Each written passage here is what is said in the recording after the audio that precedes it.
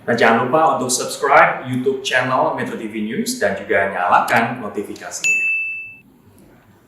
Selamat malam pemirsa. Presiden Joko Widodo mewanti-wanti bawahannya bahwa resesi mengancam Indonesia. Jika pertumbuhan ekonomi Indonesia kembali minus akhir September nanti, maka Indonesia resmi masuk resesi. Apa dampak resesi bagi Indonesia dan apa yang akan dilakukan oleh pemerintah? Cukupkah waktu 1 bulan untuk menghindar dari resesi? Selamat malam, Anda menyaksikan Prime Talk Tajam Mendalam. Bersama saya, Afiani Malik.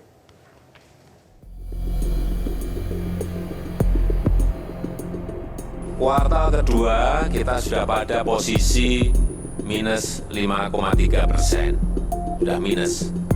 Untuk itu, untuk kuartal ketiga yang kita ini masih punya waktu 1 bulan, yaitu Juli, Agustus, September, kita masih punya kesempatan di bulan September ini. Kalau kita masih berada pada posisi minus, artinya kita masuk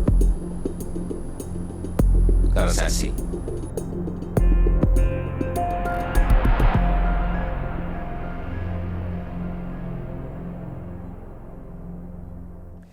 Presiden Joko Widodo mengingatkan para kepala daerah se-Indonesia untuk segera membelanjakan anggaran daerah secara maksimal agar terhindar dari jurang resesi ekonomi. Saat memimpin rapat dengan gubernur se-Indonesia secara virtual, Presiden Jokowi mengatakan Indonesia masih memiliki 1 bulan tersisa untuk menyelamatkan diri dari jurang resesi akibat pandemi. Dalam 1 bulan, belanja negara dan daerah harus dilakukan secara maksimal demi mendorong konsumsi masyarakat yang pada akhirnya mendongkrak perekonomian nasional. Per 27 Agustus secara nasional, rata-rata realisasi anggaran pendapatan dan belanja daerah atau APBD sebesar 44%. Adapun belanja kabupaten kota hanya sedikit lebih tinggi, yakni 48%. Presiden meminta seluruh gubernur untuk memainkan gas dan rem secara sangat hati-hati dalam menangani pandemi.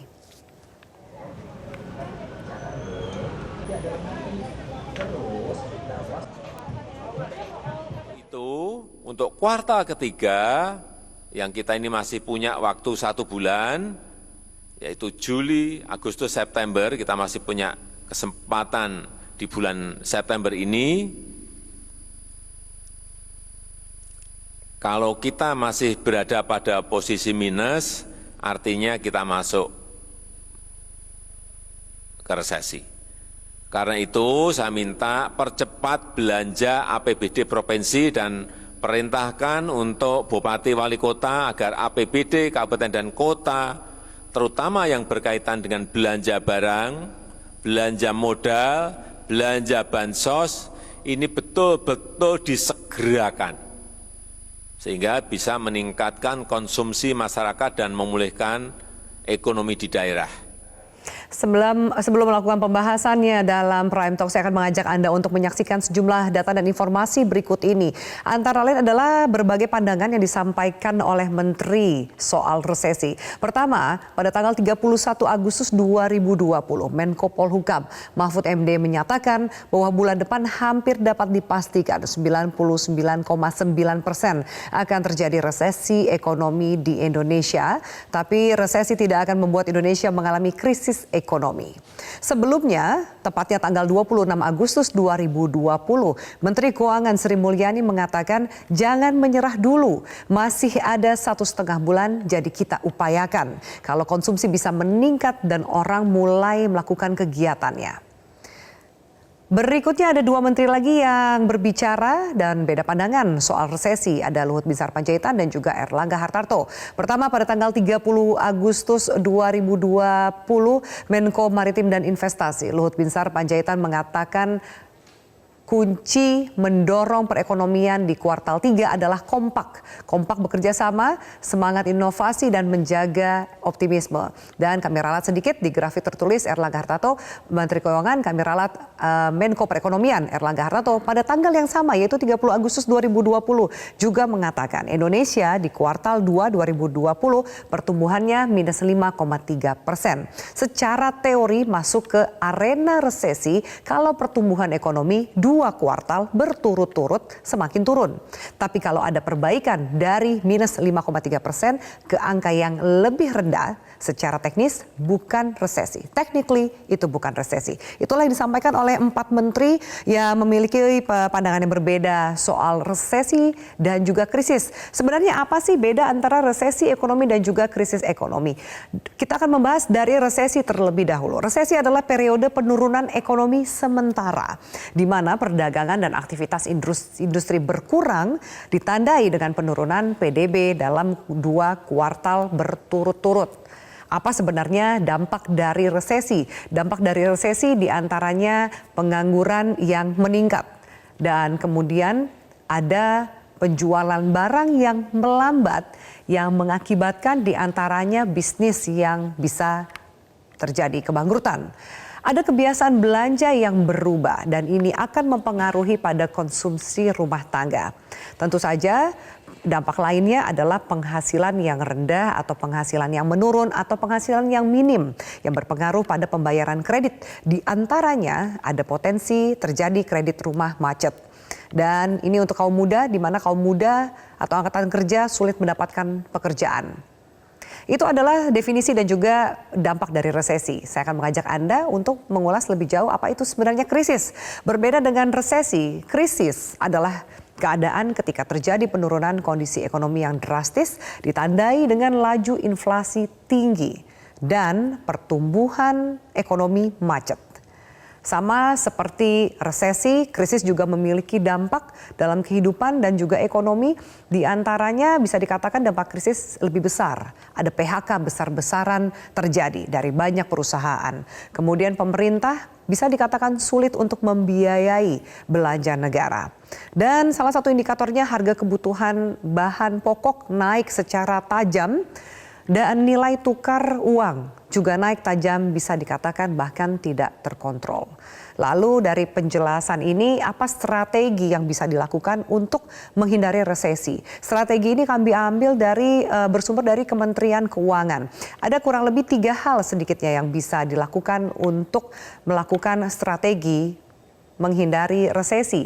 Di antaranya adalah akselerasi program pemulihan ekonomi nasional, memperkuat konsumsi pemerintah, meningkatkan konsumsi masyarakat. Nah, pemirsa, kami sudah menjelaskan lebih jauh dari data dan juga perbedaan apa itu perbedaan antara resesi dan juga krisis. Nah, kami akan membahasnya dengan sejumlah narsum, salah satunya adalah Sekretaris Komite Penanganan COVID-19 dan Pemulihan Ekonomi Nasional, Bapak Raden Pardede. Pak Raden Pardede, selamat malam. Selamat malam, Mbak Mali. Ya, baik. Pak Pardede, kita punya narasumber yang lain, tapi yang pertama saya akan membahas terlebih dahulu kepada Anda. Masyarakat mungkin seakan-akan takut atau alergi mendengar kata resesi dan krisis. Bisa dikatakan bahwa ada perbedaannya. Di situasi hari ini yang disampaikan oleh sejumlah menteri tadi adalah mengenai resesi. Padahal ekonomi sudah melambat, ada juga dampak dari COVID-19. Posisi Indonesia hari ini di mana, Pak Raden? Pak Raden. Ya, Indonesia sekarang memang seperti yang kita lihat dari data waktu itu sampai dengan kuartal kedua mengalami pertumbuhan negatif atau menurun. Tapi kalau kita lihat data-data terakhir di bulan Juli dan Agustus, itu data yang terakhir yang kita lihat, terjadi perbaikan dibanding dengan kuartal kedua. Namun kalau kita lihat dari sisi year on year, jadi bulan Juli Agustus, dibanding dengan Juli Agustus tahun lalu, kita belum normal. Artinya posisi bulan Juli Agustus masih di bawah tahun lalu, tetapi posisi Juli Agustus jauh lebih baik dari posisi di bulan April dan Mei. Nah, itu situasinya. Jadi kita harus melihat konteksnya dibandingkan dengan bulan April dan Mei, di mana itu kita dalam keadaan yang paling terburuk sekali. Bulan Juli Agustus jauh lebih baik. Tapi Juli Agustus tahun ini dibandingkan dengan tahun lalu, tentu yang tahun lalu bulan Juli Agustus lebih baik dari tahun ini. Itulah situasinya. Pak Raden Pardede, apakah benar memang seperti disampaikan juga salah satunya adalah oleh Bu Sri Mulyani, kita melihat bagaimana nanti angka pertumbuhan di kuartal ketiga, itulah yang akan nanti menentukan apakah Indonesia masuk resesi atau tidak? Ya, secara definisi teknis memang seperti itu. Jadi secara definisi teknis oleh para ekonom disebutkan kalau 2 kuartal berturut-turut year on year. Jadi kita sudah tahu di kuartal kedua kita negatif 5,3%. Kalau di kuartal ketiga nanti kita negatif growth lagi year on year, artinya kuartal ketiga tahun ini dibandingkan dengan kuartal ketiga tahun lalu, maka secara definisi kita mengalami resesi, ya. Dan perlu diingat, ini semua dialami oleh banyak negara di dunia. Jadi sampai di kuartal kedua saja banyak sekali negara di dunia ini yang sudah mengalami resesi. Kita sampai kuartal kedua belum. Jadi memang di kuartal ketiga ini itu menjadi satu titik yang penting kita pertahankan. Bagaimana supaya tidak resesi. Dan kemudian di kuartal keempat kita lihat lagi bagaimana supaya tidak terjadi penurunan yang lebih dalam lagi. Itulah sekarang yang diusahakan oleh pemerintah. Pak Raden Pardede, ketika masa saat ini sampai menuju September adalah titik yang krusial sesuai dengan judul dialog pada malam hari ini, kita harus apa? Apa yang bisa dilakukan masyarakat untuk juga mensupport pertumbuhan ekonomi, membantu pemerintah? Ya, pertama memang pemerintah sudah melakukan sebagian dari tugasnya. Saya katakan tidak ada yang sempurna, tapi pemerintah sudah mengusahakan melalui bantuan-bantuan sosial, ya. Kemudian bantuan juga ke UMKM. Belanja pemerintah sudah dikucurkan, meskipun belum sempurna. Nah, sebetulnya partisipasi masyarakat ada, yaitu bagaimana masyarakat itu juga berbelanja. Jadi kalau biasanya kita sebutkan adalah bahwa hemat pangkal kaya, kalau dalam kali ini itu hemat pangkal resesi. Jadi artinya jangan kita berhemat, harus belanja. Jangan terlampau berhemat dalam situasi seperti ini. Justru kita harus belanja, ya. Tapi yang perlu dilihat di sini kita tahu bahwa ada concern, ada kekhawatiran dari saudara-saudara kita yang berpenghasilan lebih tinggi atau kaum elit lah saya katakan. Di mana mereka ini, saudara-saudara kita ini memang ada kekhawatirannya terhadap kesehatan, rasa aman.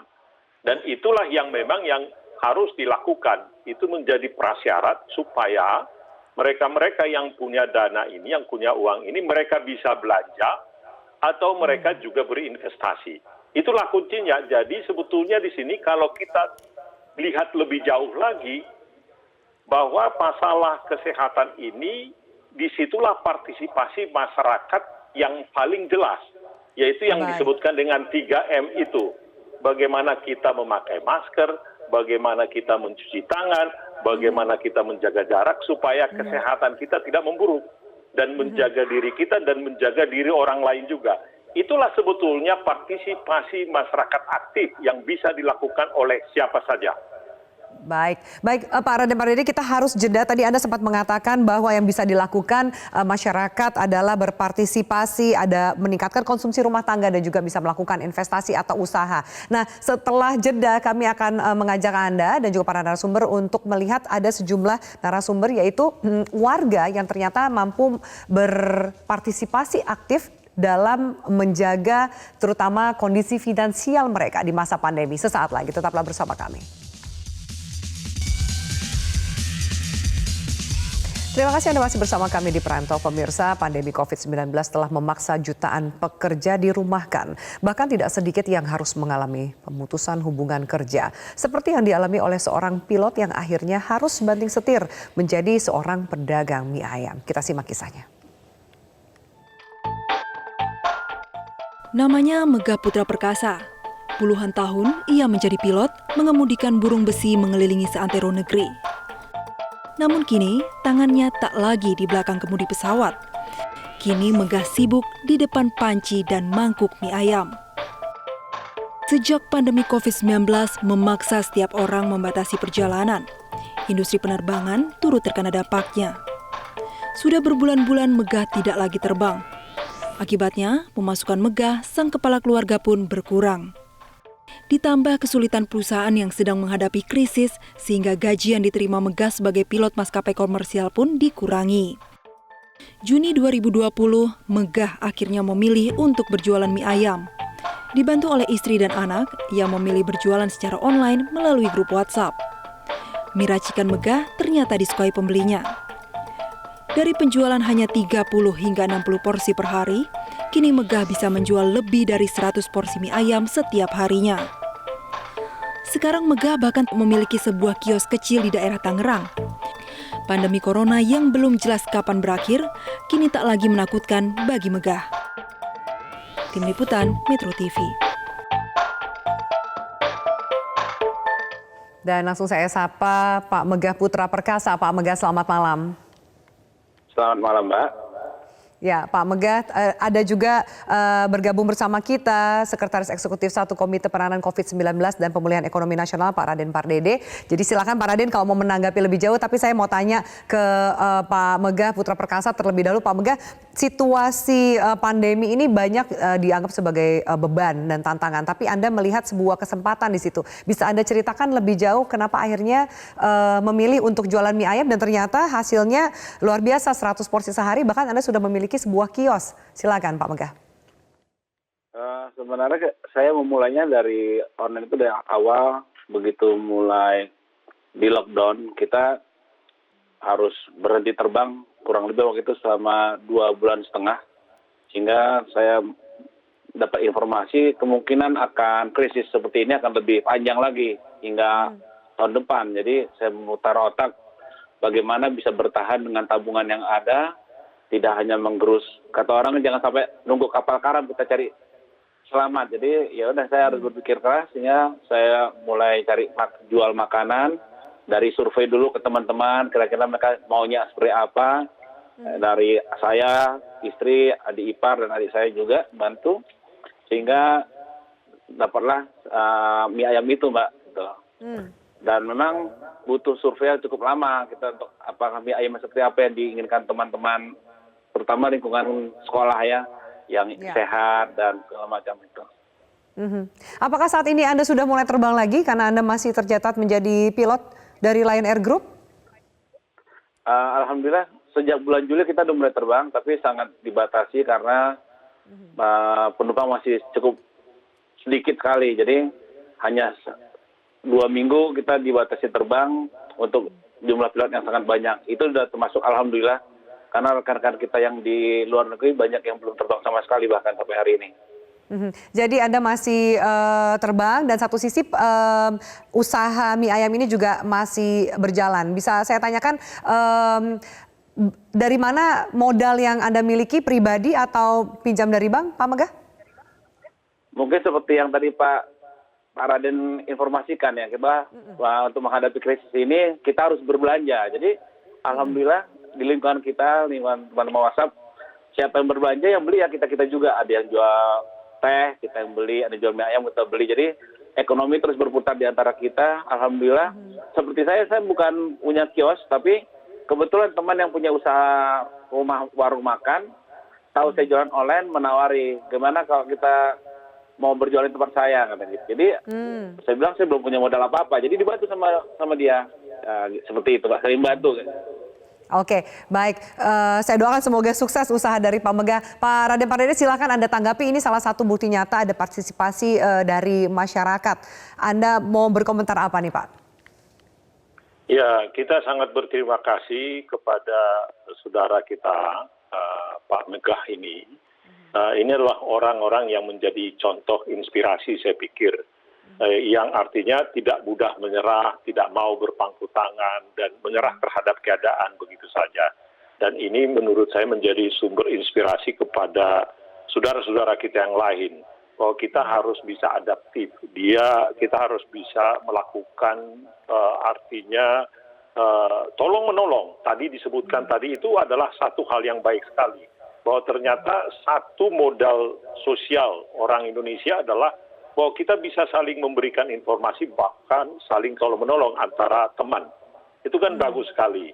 Ini adalah modal yang sangat sebetulnya kita harus benar-benar justru perkuat di Indonesia ini. Jadi kita tahu bahwa memang COVID ini tidaklah mudah kita atasi. Karena ini bukan satu event, tapi berulang-ulang dan ini bisa sampai tahun depan. Jadi memang tadi disebutkan bahwa kita harus kompak benar, bahwa kita harus tolong-menolong harus benar.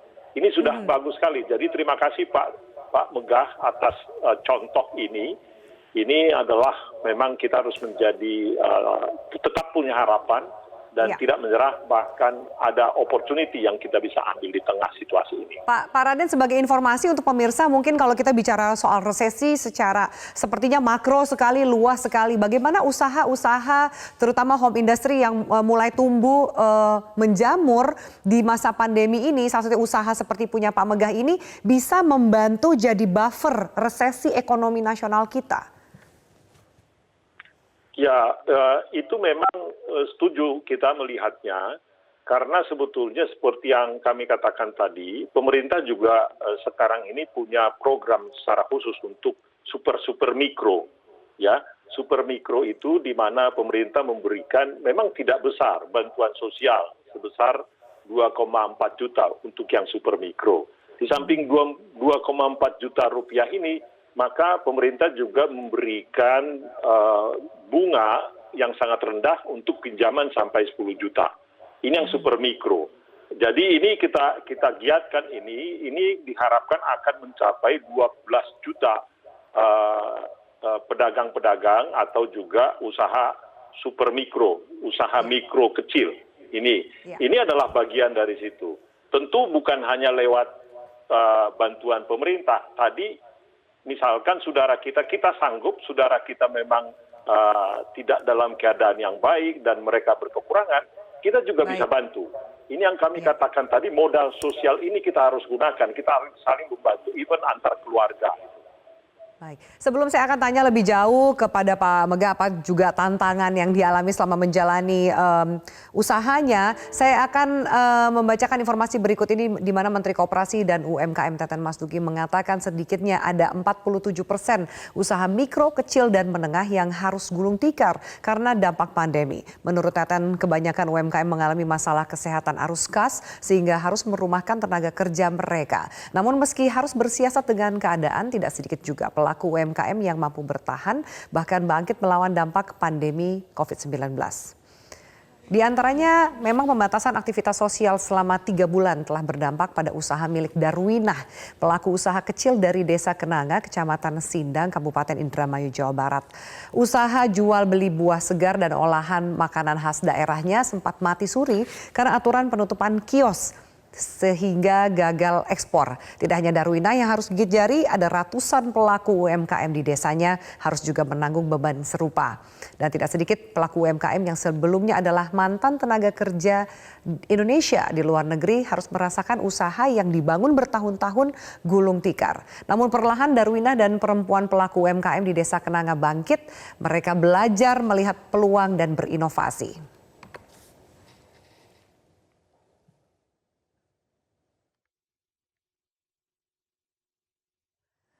Langsung akan saya sapa pelaku UMKM di Indramayu, Ibu Darwinah. Selamat malam.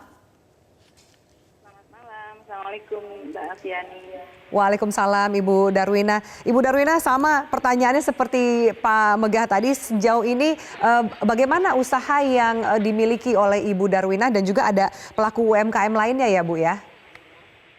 Iya betul. Karena memang selain saya sebagai pelaku usaha, saya juga mendampingi sekitar yang sudah kami dampingi sih ada sekitar 1.600 UMKM. Setiap tahun itu ada perangkatan sekitar 50 UMKM. Ada berapa sekarang pelaku UMKM yang di bawah binaan Ibu Darwinah? Per 2020 ini ada sekitar 1.600 UMKM. Yang kami yang di bawah dampingan kami.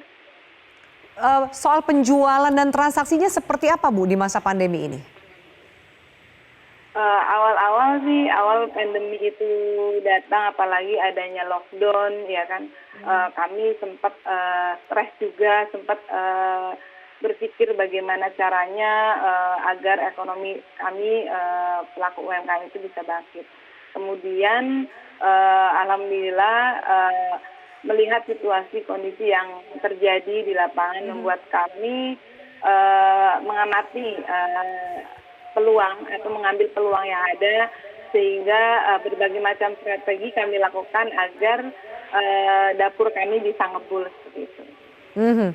Baik, Ibu Darwina dan para narasumber, saya harus jeda, nanti kita lanjutkan dialog ini usai jeda berikut ini. Pemirsa tetaplah bersama kami di Prime Talk. Pemirsa, bergabung di segmen ini ada Ekonom Indef Ahmad Errani Yustika. Pak Errani, selamat malam. Selamat malam, Mbak. Ya, Pak Errani, apa yang mau Anda sampaikan? Tadi Anda juga sempat mendengar ada 2 kisah sukses, bisa katakan gitu, untuk pelaku usaha yang menolak untuk menyerah pada pandemi dan ternyata mereka mencari kesempatan dan membangun usaha mereka sendiri. Apa tanggapan Anda? Saya menaruh hormat yang setinggi-tingginya kepada para warga di Indonesia yang melakukan segala daya untuk berdiri di atas kaki sendiri, tidak mengandalkan kepada bantuan manapun, meskipun tentu saja pemerintah bertanggung jawab untuk melakukan itu. Saya mengamati dari sekian banyak kisah, cerita-cerita yang saya dengar maupun saya ketahui secara langsung, ada 4 hal yang saya kira menjadi kata kunci bagi para pelaku ekonomi khususnya maupun sektor-sektor lain bisa mengarungi situasi yang sulit hari ini. Yang pertama itu adalah digitalisasi. Saya ada contoh pedagang kaki 5 di stasiun kereta api Tebet, mereka jualan gorengan, akibat pandemi tutup. Tapi akhirnya mereka mencoba untuk memasarkan dagangan tadi itu lewat platform, lewat media sosial. Dan begitu dilakukan, tiba-tiba penjualan itu menjadi melesat 4-5 kali lipat dibandingkan masa normal. Nah, digitalisasi semacam ini menjadi cara baru bagi pelaku ekonomi untuk melakukan aktivitas transaksi. Yang kedua adalah diversifikasi. Banyak kedai kopi di Jakarta misalnya, kota-kota besar itu tutup ketika masa pandemi. Beberapa yang lain kemudian dengan cepat melakukan perubahan, yang semula jualan kopi di kedai, sekarang beralih misalnya menjual kopi dalam bentuk botol, kopi susu dan seterusnya. Ternyata laris maris, ya itu laris maris dibeli oleh para milenial khususnya. Yang ketiga, substitusi. Acara semacam ini di Metro TV yang semula para narasumber itu hadir di Metro TV, di kantor Metro TV, studio di sana, itu bisa dilakukan dengan daring, pendidikan juga semacam itu. Nah, tentu ada banyak hal lain yang bisa kita lakukan, pelatihan-pelatihan dan seterusnya dilakukan dengan cara ini. Dan yang terakhir adalah kolaborasi. Saya menangkap ada peluang yang sedemikian banyak yang dimanfaatkan dengan adanya kerjasama antar pihak. BRI misalnya, itu memfasilitasi kerjasama antara BRI dengan platform yang dibangun dengan pasar-pasar di Indonesia. Sudah ada 4.000 pasar yang difasilitasi oleh BRI untuk memastikan agar konsumen yang walaupun tidak bisa hadir di pasar tadi tetap bisa berinteraksi dengan ini. Nah, contoh yang tadi dilakukan oleh Pak Megah, Bu Darwina, dan ratusan ribu pelaku ekonomi lain kurang lebih sebetulnya mengambil inspirasi dari beberapa kata kunci tadi itu. Dan saya berharap pemerintah nanti lewat juga Pak Raden ini bisa memfasilitasi program PEN itu untuk beberapa program tadi itu, penguatan digitalisasi, diversifikasi, substitusi dan kolaborasi tadi. Sebagian sebetulnya lebih kepada stok pengetahuan, gagasan, ide-ide yang bisa diberikan kepada mereka. Baik, Pak Errani, kita tanyakan lebih jauh ke Pak Megah dan Ibu Darwina. Pertanyaan yang sama seperti itu, bagaimana apa yang akan Anda sampaikan kepada pemirsa atau mungkin juga teman-teman yang lain yang ingin mulai berusaha bangkit seperti Bapak dan Ibu? Mungkin Pak Megah terlebih dahulu. Baik, mungkin saya hanya dari banyak rekan-rekan yang sudah mulai usaha dulu, bahwa sebenarnya sebelum mulai COVID ini kita mungkin benar-benar berpikir untuk memulai usaha. Tapi banyak yang mikir modalnya belum, nanti bagaimana, nanti siapa menjalani, bagaimana pelaksanaannya. Itu sebenarnya bisa kita permudah dengan usaha dulu, setelah itu biarkan mengalir. Jadi, tapi yang penting persiapan harus betul-betul lengkap ya. Jadi kita harus survei dulu pasar seperti apa, yang kita tuju masyarakatnya yang seperti apa. Jadi kita tahu pasar, kita tahu yang mau kita pasarkan, dan kita memulainya dengan cepat. Jadi tidak ada waktu untuk terlalu lama sehingga nanti kendor lagi semangatnya seperti itu. Dan yang paling penting memang seperti kita bilang tadi, di antara masyarakat kita yang sesama teman itu saling bahu-membahu, teman bully punya teman, teman membantu teman, itu yang paling penting saat pandemi ini, karena otomatis ekonomi berputar di antara kita itu lebih baik. Seperti Pak Radwan, membeli lebih baik. Oke, baik. Terima kasih Pak Megah. Ibu Darwina, apa yang ingin disampaikan, terutama mungkin kalau UMKM kan ada bantuan dari pemerintah gini. Bagaimana Anda melihat bantuan dari pemerintah? Kalau kami sendiri sebenarnya tidak berharap penuh dengan bantuan yang diberikan oleh pemerintah ya. Karena memang selama ini yang kami lakukan dengan teman-teman ialah menerapkan yang namanya ekonomi gotong royong. Jadi dari kita, oleh kita, dan untuk kita. Jadi tiap pertemuan setelah era new normal ini kami mempraktekkan sistem ekonomi. Teman-teman itu tidak hanya menjual produknya sendiri, tetapi menjual juga produknya teman-teman yang lain gitu loh. Sehingga perputaran ekonomi itu bisa terus jalan gitu loh. Kalau misalnya produk mereka itu tidak laku, tapi mereka bisa dapat untung dari menjualkan produknya teman-temannya itu sendiri gitu. Karena memang di masa pandemi ini kita nggak bisa ego ya, hanya mementingkan kebutuhan pribadi atau kebutuhan ekonomi keluarga kita sendiri, tapi kita juga harus mulai tergerak bagaimana kita bisa bergandeng tangan agar perputaran ekonomi di negeri ini bisa semuanya berjalan dengan baik. Amin. Terima kasih banyak Pak Megah, Ibu Darwina atas waktu dan juga kesempatannya di Prime Talk. Saya doakan semoga usahanya semakin sukses dan juga bisa menginspirasi rekan-rekan yang lain untuk bangkit melawan pandemi. Terima kasih banyak. Dan pemirsa, masih ada satu segmen lagi. Kita lanjutkan Prime Talk sesaat lagi. Tetaplah bersama kami di Metro TV. Ya, setelah melihat banyak kisah yang inspiratif untuk bagaimana bangkit di tengah pandemi, saya akan ke Pak Raden kembali. Pak Raden tadi sudah mendengarkan cerita dari Pak Megah, Bu Darwina yang mewakili juga pelaku usaha atau pelaku ekonomi yang lain. Tapi bagaimana kita terus membangun optimisme di tengah pandemi ini, Pak? Karena ini juga situasinya bukan resesi ekonomi, tapi juga ada krisis kesehatan yang jadi fokus pemerintah dan banyak pihak. Satu adalah menurut saya bahwa kita, Indonesia, bukan yang paling malang di dunia ini. Itu menjadi penting bahwa seluruh dunia terkena oleh COVID-19 ini. Jadi kita juga baik sekali kalau kita jangan hanya memblame kita sendiri, ya, jangan menyalahkan diri sendiri juga ini. Di sisi lain ada tanggung jawab yang dari kita semua, seperti yang kami katakan tadi. Adalah tugas kita semua menjaga kesehatan kita, kesehatan keluarga kita, kesehatan tetangga kita dengan mempraktekkan yang 3M tadi itu, ya, mencuci tangan, menjaga jarak, dan juga pakai masker. Yang ketiga adalah contoh yang kita lihat dari beliau-beliau tadi itu, dua orang yang tadi sudah memberikan presentasi kepada kita semua. Itu adalah contoh daripada saya katakan pahlawan-pahlawan sebetulnya yang patut kita tiru. Bahwa Indonesia ini punya modal sosial yang kuat. Dan ini harapan kita adalah karakter bangsa ini justru muncul pada saat seperti ini. Bahwa kita bisa bangkit bahkan di tengah hantaman yang demikian hebat oleh musuh yang tidak terlihat ini. Ya, kita bisa bangkit dari situ. Jadi artinya tadi disebutkan bagaimana keluarga menolong keluarga, bahkan kita bisa menolong tetangga, kaya menolong miskin.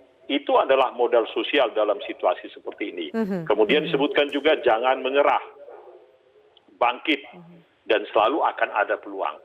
Itu adalah saya pikir tadi saya dengar dari presentasi beliau berdua itu, Pak Megah maupun Darwinah itu justru sangat menurut kami membangkitkan harapan. Itu yang perlu ditularkan, semangat optimisme itu. Tadi kita sudah sebutkan tadi, peran pemerintah perlu, tetapi jauh dari cukup. Tapi lebih banyak sebetulnya peran dari seluruh warga kita semua. Itu yang kita gunakan semua sekarang ini. Baik. Pak Erani, kita tahu bahwa ada bantuan UMKM 2,4 juta dari pemerintah untuk 12 juta UMKM. Ada juga bantuan subsidi gaji 600.000 per bulannya bagi yang berpenghasilan di bawah 5 juta. Ada juga bantuan pulsa bagi guru siswa 9 triliun dari Kemendikbud dan bantuan yang lainnya. Di satu sisi tadi Bu Darwina mengatakan bahwa dia tidak terlalu berharap atau terlalu bergantung pada bantuan. Tapi di sisi lain ada banyak sekali juga yang masih bergantung pada bantuan ini. Apa yang harus dilakukan oleh masyarakat penerima bantuan ini agar juga tepat sasaran bantuan-bantuan yang diberikan? Saya kira ada 2 pertemuan yang wajib diprioritaskan agar itu menjelma di dalam operasionalisasi desain program-program yang telah dijalankan pemerintah. Yang pertama itu adalah kejelasan mengenai program dan target sasaran. Itu datanya mesti solid, objek, target-target itu sangat jelas, sehingga setiap pemangku kepentingan yang terlibat di dalam operasionalisasi kebijakan tadi itu atau program di pusat maupun di daerah itu sama. Tidak ada perbedaan interpretasi.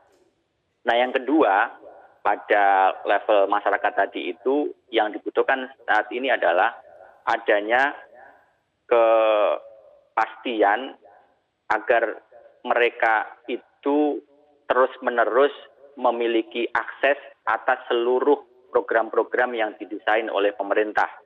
Ya. Nah, pada sisi yang pertama, saya ingin menyampaikan, saya kira desain dari program-program pemerintah itu sudah lengkap dari banyak sisi. Itu sudah dilakukan.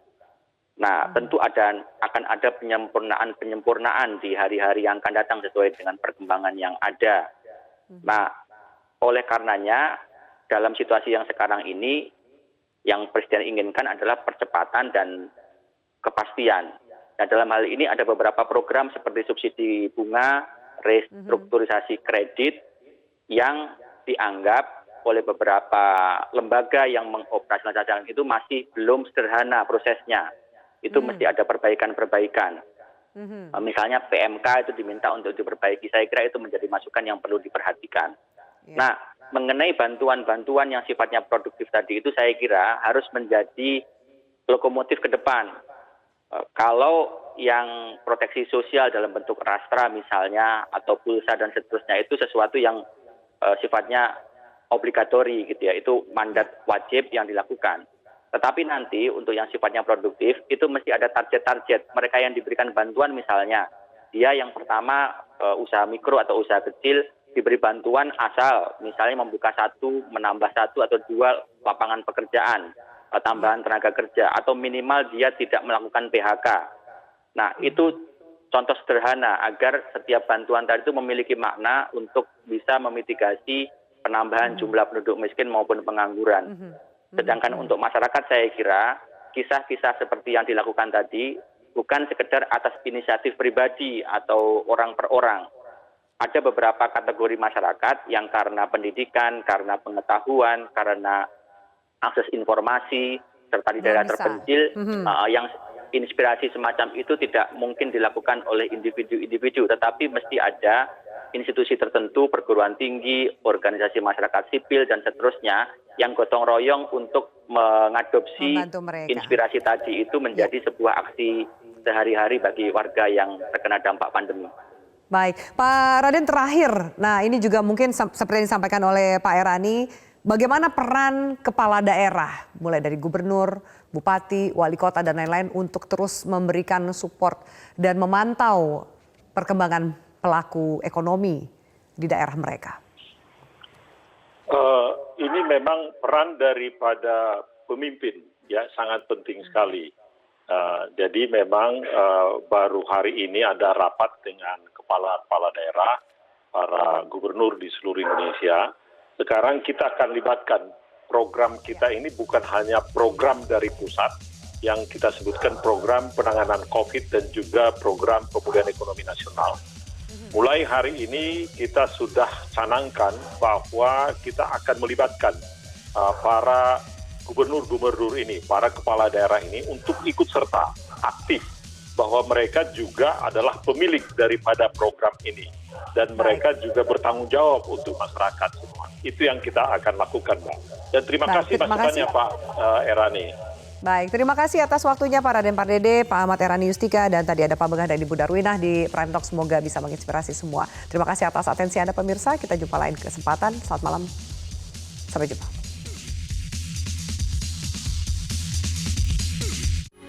Metro TV, knowledge to elevate.